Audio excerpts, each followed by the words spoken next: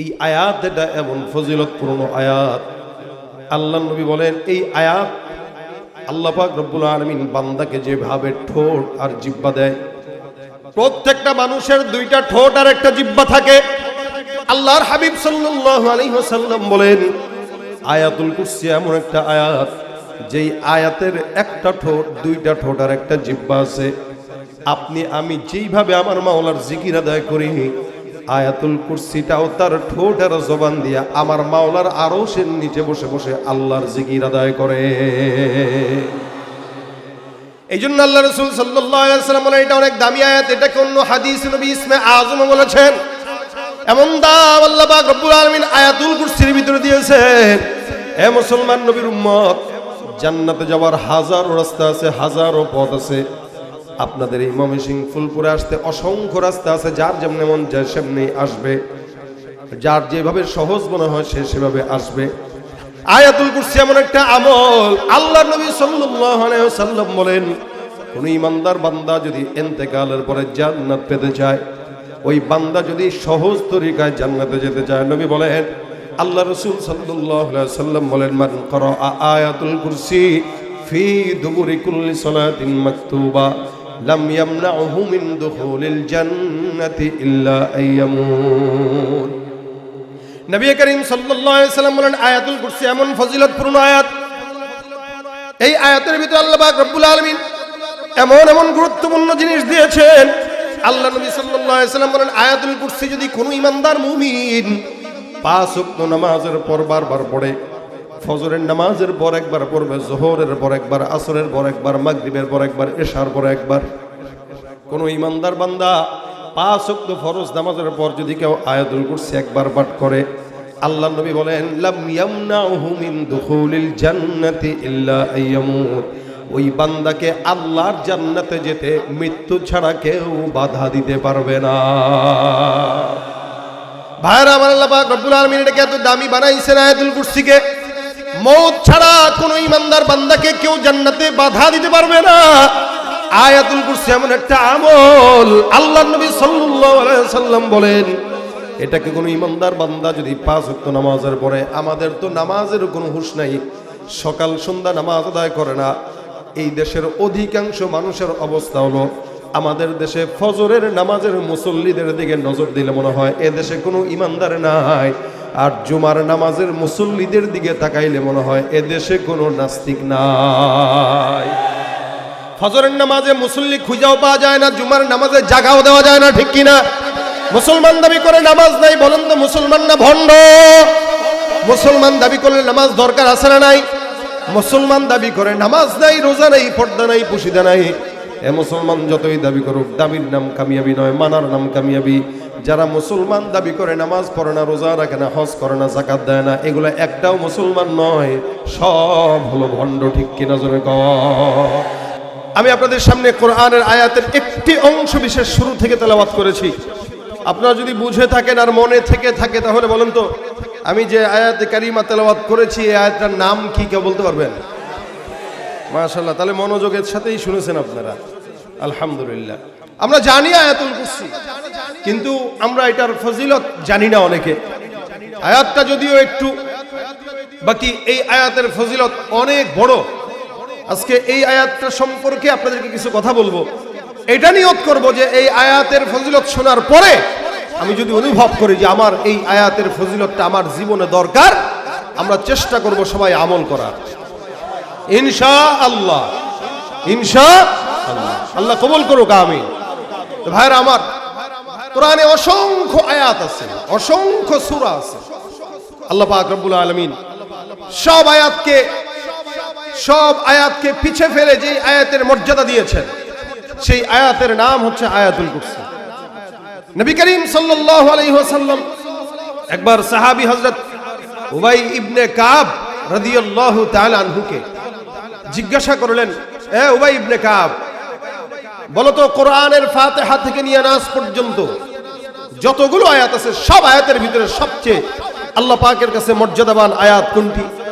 সাহাবা আজমাইনদের একটা আদব ছিল, নবী কোনো প্রশ্ন করলে তারা বলতেন আল্লাহ আল্লাহর নবী ভালো জানেন। এটা তাদের আদব ছিল। এটাই আদব হওয়া দরকার। আমার সামনে কেউ যদি জ্ঞানী থাকে আর আমাকে যদি কেউ প্রশ্ন করে, দেখায় দেওয়া দরকার যে আমার চেয়ে উনি বেশি ভালো জানে। কিন্তু আমাদের অবস্থা হলো, আরে উনি কি জানে, ঘোড়ার ডিমুনার থেকে আমি বেশি ভালো জানি। এজন্য অনেক মাহফিলে গন্ডমূর্খরাও আমাদেরকে ইঙ্গিত দেয়া কয়, হুজুর এই ওয়াজ করা যাবে না, বলে না, শিখায় আমাদেরকে যে ওইটা বলা যাবে না, আপনি এমনে কথা বলেন, তার মানে সে আমার থেকে বেশি জানে।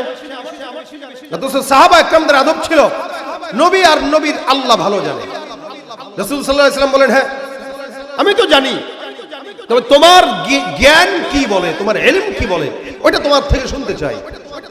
নবী করিম সাল্লাল্লাহু আলাইহি ওয়াসাল্লাম যখন বললেন, সাহাবী উবাই ইবনে কাব বলেন, ইয়া রাসূলুল্লাহ, আমার দিল বলে, আমার জ্ঞান বলে, আমার ইলম বলে, কোরআনের সূরা ফাতিহা থেকে নিয়ে নাস পর্যন্ত যত আয়াত আছে, সব আয়াতের ভিতরে সবচেয়ে শ্রেষ্ঠ দামি আয়াত হচ্ছে আয়াতুল কুরসি। জবানটা খুলে বলেন, আর একটু জোরে সরে বলেন সুবহানাল্লাহ। কেন বলাইলাম? যারা আছেন এখানে প্রত্যেকটা মানুষ আবার বলবেন সুবহানাল্লাহ। কেন বলাইলাম? আল্লাহ রাসূল বলেন, কেউ একবার সুবহানাল্লাহ বলল তো ইন্না ফিল জান্নাতি লা শাজারা, আল্লাহ তার জান্নাতে তার জন্য একটা ফলের গাছ লাগায় দেয়। এখন যারা বলেছেন তাদের জান্নাতে একটা লেগে গেছে, সুবহানাল্লাহ। আবার যারা বলেছেন তাদের জান্নাতে আরেকটা লেগে গেছে, সুবহানাল্লাহ। এখন আবার আরেকটা লেগে গেছে, সুবহানাল্লাহ। ভাই যতবার বলবেন ততবার লাগবে, যতবার বলবেন ততবার লাগবে। আমরা তো ফকিরের দল, তো যার কারণে ওই যারা ঢাকা শহরে থাকে আমাদের বারান্দাগুলোতে 2-4টা গাছের চারা লাগাই, ফুল গাছ, বলি এটা আমার বাগান। ফকির যেরকম তার বাগানও এরকম। কিন্তু আল্লাহ পাক বলেন, তুমি সুবহানাল্লাহ বলবা, জান্নাতে এমন গাছ লাগাবো। গাছটা কতটুকু? নবী করিম সাল্লাল্লাহু আলাইহি ওয়াসাল্লাম বলেন, একটা দ্রুতগামী ঘোড়া যদি দৌড়ায়, একটা দ্রুতগামীর ঘোড়া কতটুকু আপনারা জানেন? এখনের যেই ঘোড়াগুলো, এগুলো তো ঘোড়ার কাতারে পড়ে না। আরবের যেই ঘোড়াগুলো আছে ওগুলো ঘোড়া। আমি একবার হজের সফরে মক্কা থেকে মদিনায় যাচ্ছিলাম, তো আমাদের বাস 120 কিলোমিটার দৌড়ে দৌড়াচ্ছিল। আমি তাকায় দেখলাম বাসকে ওভারটেক করে একটা ঘোড়া মুহূর্তে পলকে চলে গেল। তার মানে ওই ঘোড়াটা মিনিমাম 160 গতিতে চলছিল। আর রাসূলের জামানার ঘোড়া তো আরো উন্নত মানের ঘোড়া ছিল। নবী বলেন, কেউ যদি সুবহানাল্লাহ বলে, জান্নাতে যেই গাছটা লাগে ওই গাছের গোড়া, আগা নয়, আগা তো অনেক চৌড়া থাকে, বিস্তৃত থাকে। নবী বলেন ওই গাছের গোড়াটা এত বড়, একটা দ্রুতগামী ঘোড়া যদি 100 বছর পর্যন্ত মিনিমাম দৌড়ায়, অন্যান্য রিওয়ায়াতে 500 বছরের কথাও আছে, মিনিমাম যদি দৌড়ায় গাছের গোড়া শেষ করতে পারবে না। আরেকটা লেগে গেছে, সুবহানাল্লাহ। যত বলবেন ততবার লাগবে। তো জান্নাতে গাছ দরকার আছে না ভাই? এজন্য হাদিসে ইমাম বুখারী রাহমাতুল্লাহ আলাইহি সর্বশেষ হাদিস বর্ণনা করেছেন বুখারী শরীফের, কালিমাতানি হাবিবাতানি ইলার রহমান খফিফাতানি আলাল লিসান সাকিলাতানি ফিল মিজান সুবহানাল্লাহি ওয়া বিহামদিহি সুবহানাল্লাহিল আযীম। এই আল্লাহর কাছে সবচাইতে পছন্দের 2টা শব্দ আছে। এই 2টা শব্দের আরো 2টা গুণ আছে। এক নম্বর হইল ওজনের পাল্লায় সবচেয়ে বেশি ভারী, আর জবানে উচ্চারণে সবচেয়ে বেশি হালকা। শব্দ 2টা কি? সুবহানাল্লাহি ওয়া বিহামদিহি সুবহানাল্লাহ। আল্লাহর কাছে সবচেয়ে পছন্দের। এজন্য যতক্ষণ বসা থাকবেন সুবহানাল্লাহ বলবেন। রাজি আছেন? এই চায়ের দোকানে বসলে তো আর সুবহানাল্লাহ বলেন না, তখন বলেন গীবত। কি বলেন, ঠিক না? আর আমাদের দেশের চায়ের দোকানগুলো ছোটখাটো সংসদ। এই সংসদে একজন মন্ত্রী থাকে, এমপি পরিষদ থাকে, প্রধানমন্ত্রীও থাকে। প্রধানমন্ত্রীকে যে চা নারে, কথা কয় না, যে চা নারে সে কি? প্রধানমন্ত্রী। প্রধানমন্ত্রী বসে বসে নজরদারিতে রাখে, একটা শয়তানের বাক্স আছে, চালায় দেয় টিভি, এনে বসে বসে বাদামিমাদের নাটক দেখে। আর কে কি করলো আজকের মাহফিলের পর্যালোচনা কালকে চায়ের দোকানে পাবেন। কথা ঠিক কিনা বলেন? এই জন্য গীবত শিকায়ত না করে আল্লাহ আল্লাহর নাম নিয়ে বলা যাচ্ছে। আল্লাহ কবুল করুক, আমিন। তা রাসূল সাল্লাল্লাহু আলাইহি ওয়াসাল্লাম সাহাবী বলছেন, ফাতিহা থেকে নিয়ে নাস পর্যন্ত যত আয়াত আছে সব আয়াতের ভিতরে শ্রেষ্ঠ আয়াত হলো কি? আয়াতুল কুরসি। 1 নম্বর ফজিলত। 2 নম্বর ফজিলত, নবী করিম সাল্লাল্লাহু আলাইহি ওয়াসাল্লাম বলেন, কোরআনের সব চাইতে বড় একটা চূড়া আছে, ওই চূড়ার নাম হলো সূরাতুল বাকারা। কি? মনে করেন একটা উঁচু জায়গা, এটা যেমন চূড়া আছে, রাসূল বলেন কোরআনের একটা চূড়া আছে, ওই চূড়াটার নাম সূরাতুল বাকারা। সূরাতুল বাকারারও একটা উঁচু চূড়া আছে, ওই চূড়াটার নাম হলো আয়াতুল কুরসি। ফজিলত কয়টা গেল? দুইটা। 3 নম্বর, নবী করিম সাল্লাল্লাহু আলাইহি ওয়াসাল্লাম বলেন, এই আয়াত এটা এমন ফজিলতপূর্ণ আয়াত। আল্লাহ নবী বলেন, এই আয়াত আল্লাহ পাক রব্বুল আলামিন বান্দাকে যেভাবে ঠোঁট আর জিহ্বা দেয়, প্রত্যেকটা মানুষের দুইটা ঠোঁট আর একটা জিহ্বা থাকে। আল্লাহর হাবিব সাল্লাল্লাহু আলাইহি ওয়াসাল্লাম বলেন, আয়াতুল কুরসি এমন একটা আয়াত, যেই আয়াতের একটা ঠোঁট, দুইটা ঠোঁট আর একটা জিহ্বা আছে। আপনি আমি যেইভাবে আমার মাওলার জিকির আদায় করি, আয়াতুল কুরসিটাও তার ঠোঁট আর জবান দিয়া আমার মাওলার আরশের নিচে বসে বসে আল্লাহর জিকির আদায় করে। এই জন্য আল্লাহ রাসূল সাল্লাল্লাহু আলাইহি ওয়াসাল্লাম বলেন, এটা অনেক দামি আয়াত। এটাকে অন্য হাদিস নবী ইসমে আযম বলেছেন।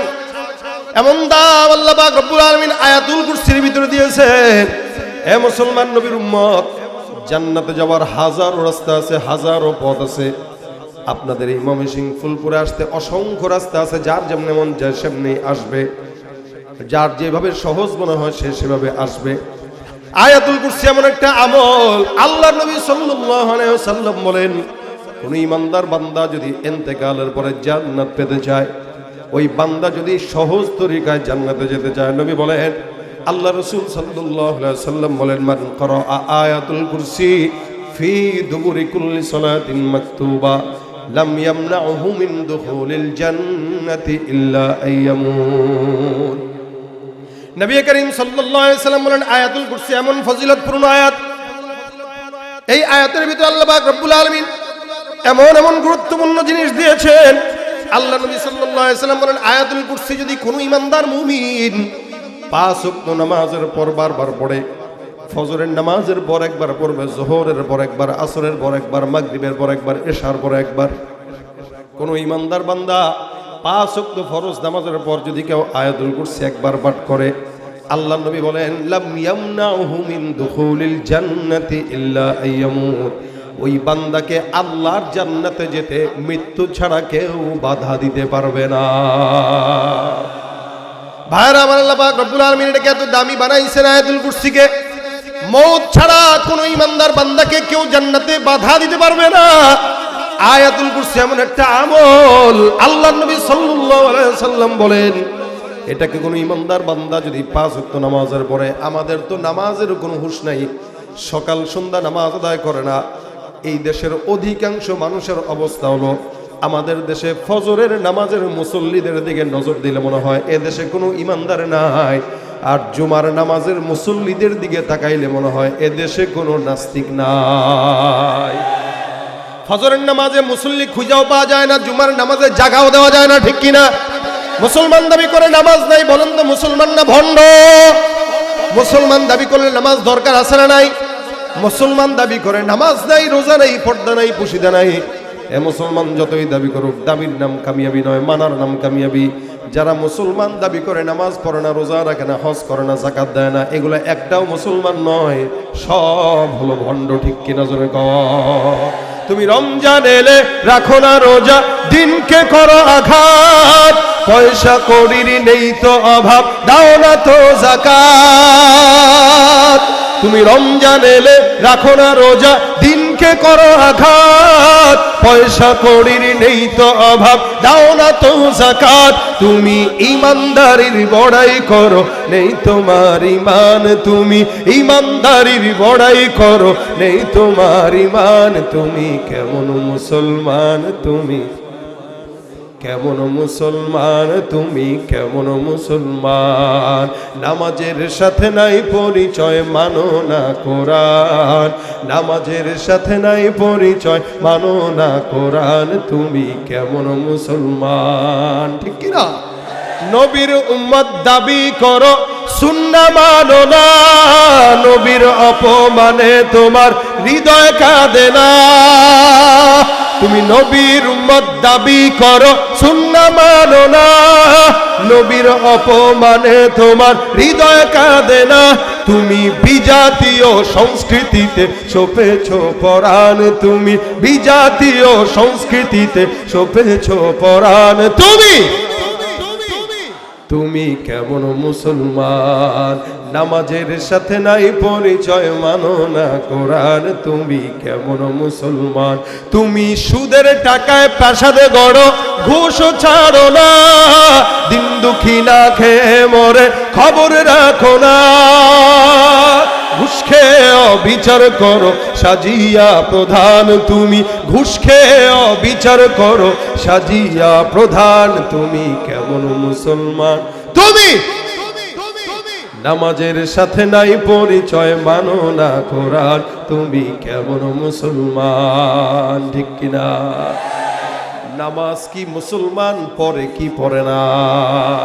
আল্লাহ নবী বলেন, নামাজ যদি মুসলমান পড়ে আর নামাজের পরে যদি এই আয়াতটা পড়ে, এই আয়াতটা বললে আল্লাহর হাবিব বলেন, মান ক্রা আয়াতুল কুরসি ফি দুবুরি কুল্লি সালাতিন মাকতুবা, কোন ইমানদার মুমিন যদি 5 ওয়াক্ত ফরজ নামাজের পর আয়াতুল কুরসি তেলাওয়াত করে, আল্লাহর নবী সাল্লাল্লাহু আলাইহি ওয়াসাল্লাম বলেন, মৃত্যু ছাড়া কেউ তাকে জান্নাতে যেতে বাধা দিবে না, অর্থাৎ মরতে দেরি সোজাসুজি জান্নাতে চলে যাবে। সুবহানাল্লাহ।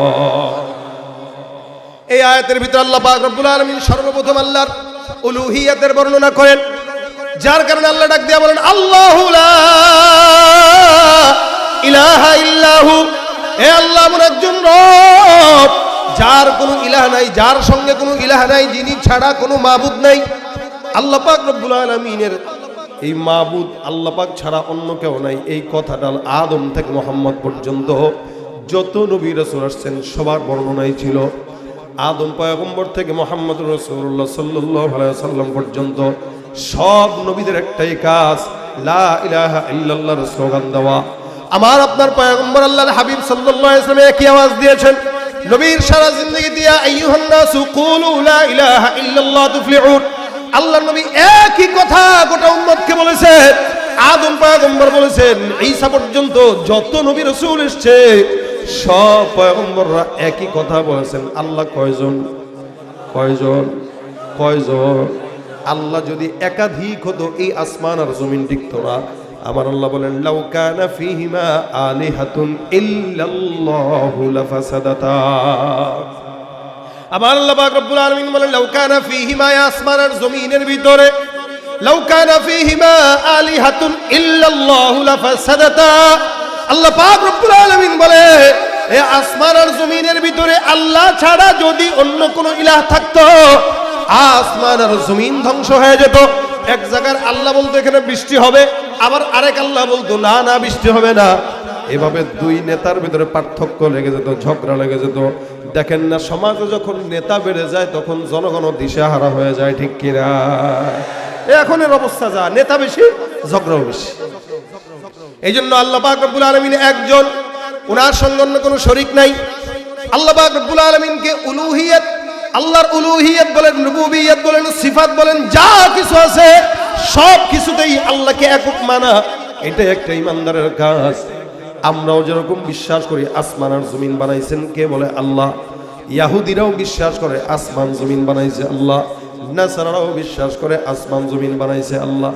আবার আল্লাহ পাক রব্বুল আলামিন বলেন, ওয়ালা ইন সাআলতাহুম মান খালাকাস সামাওয়াতি ওয়াল আরদ, ওয়ালা ইন সাআলতাহুম মান খালাকাস সামাওয়াতি ওয়াল আরদা লা ইয়াকুলুন্না আল্লাহ।